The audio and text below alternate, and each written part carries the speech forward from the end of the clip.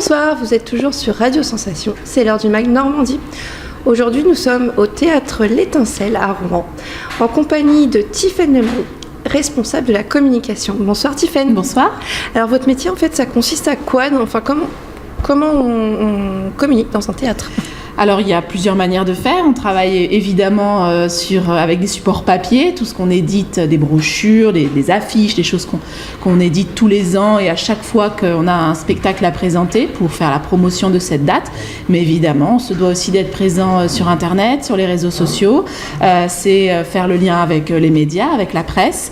Et puis, ça, c'est aussi dans un cadre plus large, faire la promotion au sens large des événements du théâtre, donc les spectacles qu'on accueille, les concerts, les spectacles de danse, de théâtre, mais c'est aussi essayer de faire la promotion du travail de l'ombre, puisqu'il y a beaucoup de choses qui ne se voient pas, l'accueil de compagnies en résidence, le travail qui se tisse petit à petit et qu'on soutient sur les jeunes compagnies, notamment celles du territoire en particulier, et puis tout le travail qui est fait autour d'ateliers, de rencontres, qui ne sont pas les choses qui sont les plus visibles et qu'on présente le plus dans le théâtre, mais qui ont une part très importante de l'activité.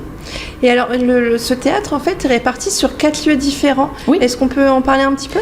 Oui, en fait, l'Étincelle est né en 2016. C'est le théâtre de la ville de Rouen, mais il est présent sur plusieurs lieux du territoire. Donc, vous avez cette salle ici, la salle Louis Jouvet, sur un quartier prioritaire, le quartier des Sapins, situé sur les Hauts de Rouen. On a 2 salles en centre-ville, 2 chapelles.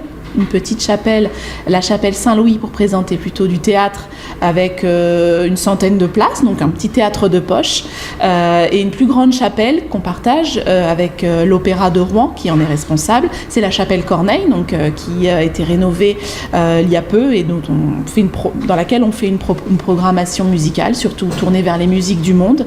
Et on propose 6 à 7 fois par an des rendez-vous avec le jazz au conservatoire, à l'auditorium du conservatoire. Donc nous avons 2 lieux propres et 2 lieux en partage, mais l'idée pour la suite, c'est aussi de proposer de plus en plus de projets nomades ou in situ qu'on peut évidemment voir pousser un petit peu partout. On a de la chance d'avoir une belle ville avec beaucoup de richesses patrimoniales notamment et qu'on pourrait tout à fait exploiter.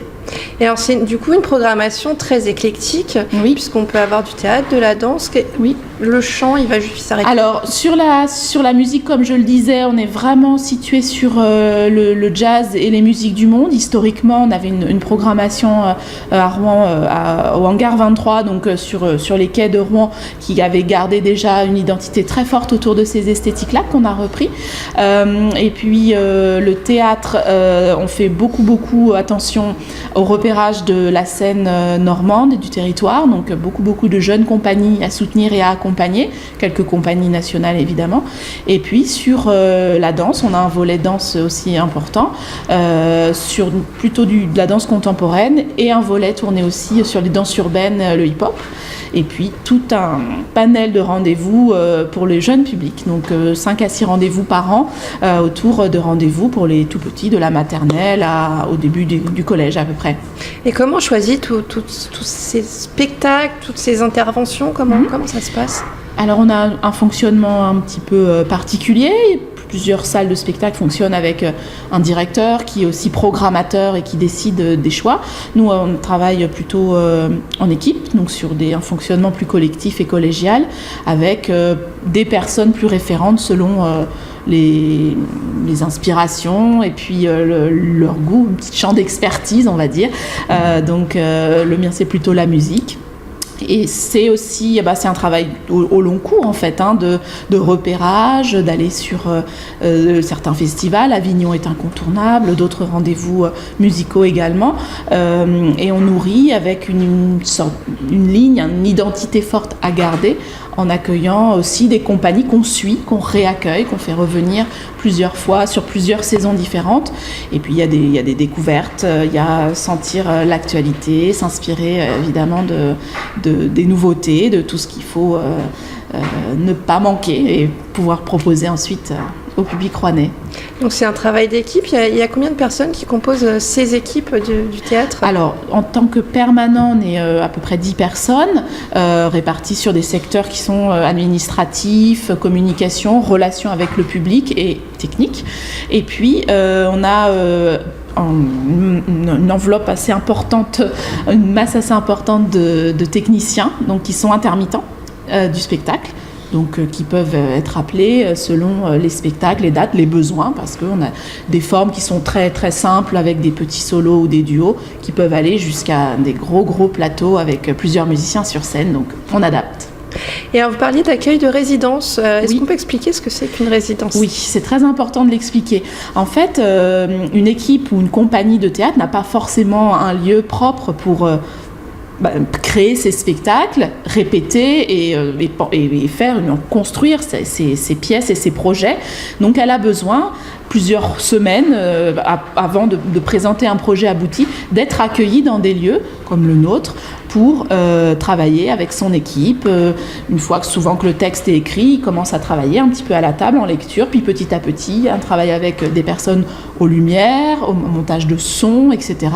Évidemment, les comédiens, la mise en scène. Donc il y a des temps offerts de plateau, donc la scène proposée sur une semaine à 10 jours en général, pour faire des étapes de travail. Et elles aboutissent régulièrement à ce qu'on appelle, nous, des esquisses, c'est-à-dire une étape de travail qui est proposée au public et qui est en fait un projet en cours d'aboutissement. Donc on a parfois des choses qui ont eu 1 ou 2 semaines de travail et qui sont présentées, puis d'autres qui sont quasiment prêtes à pouvoir tourner. Donc ce sont des rendez-vous plutôt pour les professionnels, pour du repérage et voir comment les compagnies évoluent et ce sur quoi elles sont en train de travailler avant de s'engager et de les accompagner jusqu'à les faire venir dans leur salle. Mais c'est aussi ouvert au public et c'est intéressant pour les compagnies, souvent les jeunes, d'avoir des retours directement aussi. C'est une des premières fois qu'elles peuvent sentir en fait les premières réactions des spectateurs autour de leur création. Et est-ce que le public manifeste un intérêt vraiment pour ce qu'on peut aussi appeler parfois des sorties de résidence ? Oui, on a des spectateurs qui sont plus fidèles, qui ont repéré ces rendez-vous-là, qui sont gratuits, proposés en après-midi. Donc on est sur un autre temps, beaucoup moins facile forcément pour les gens qui sont occupés. Mais on a aussi des classes, des professeurs qui font le choix d'amener des lycéens par exemple sur ce type de rendez-vous, et c'est toujours très intéressant pour les jeunes de voir comment on travaille, qu'est-ce qu'on fait, comment on évolue et comment on fait évoluer son travail. Donc les retours pour les artistes sont très très très importants sur ces moments-là, ça fait des temps d'échange très constructifs pour eux. Et vous faites également de l'action culturelle, donc auprès des publics. Est-ce que c'est uniquement auprès des scolaires ? Non, pas uniquement. C'est une grande partie du travail, bien évidemment, pour sensibiliser les plus jeunes aux spectacles qui sont proposés. Il y a un gros travail de médiation, d'accompagnement pour en faire des futurs spectateurs aguerris. Mais il y a évidemment aussi un travail à faire auprès des adultes, auprès des gens les plus reculés de la culture, auprès aussi de personnes, pourquoi pas, qui sont dans de grandes souffrances ou en grande difficulté. Donc on a évidemment un champ d'action assez large. On peut aller parfois jusqu'à des dispositifs autour de la justice, en milieu carcéral, à l'hôpital, etc. Donc le champ est assez large et évidemment il est important de garder ça dans l'ADN d'un théâtre. Actuellement il est essentiel de travailler sur l'action culturelle autour des programmes accueillis. Et alors, on parle de saison en théâtre, oui. Donc ça va souvent de septembre à juin. Combien de temps avant on prépare cette saison ? Combien de temps il faut ? Les choses ne sont pas toujours identiques selon le type de programme et de spectacle proposé. Nous, il se trouve qu'on prépare au moins un an, avec un an de recul. Je dirais que quand on lance une saison autour de l'automne, l'hiver qui démarre, on travaille sur celle d'après. Et puis on a quand même plusieurs mois devant nous pour faire évoluer le travail et réfléchir. Mais c'est vrai que ça se construit quand la saison démarre, on commence déjà à penser à la suivante. Je vous remercie beaucoup. Est-ce qu'il y a un site internet ou une page Facebook ou un autre réseau social où on peut vous suivre ? Sur internet, c'est l'étincelle-rouen.fr, c'est le site. Ensuite, on a une page Facebook et un compte Instagram aussi, avec de temps en temps des petites photos sur les coulisses, les répétitions, les choses comme ça qu'on essaye d'alimenter. Je vous remercie beaucoup. Merci. Alors, tous au spectacle. Retrouvez ce mag en audio et vidéo sur notre site radiosensation.fr.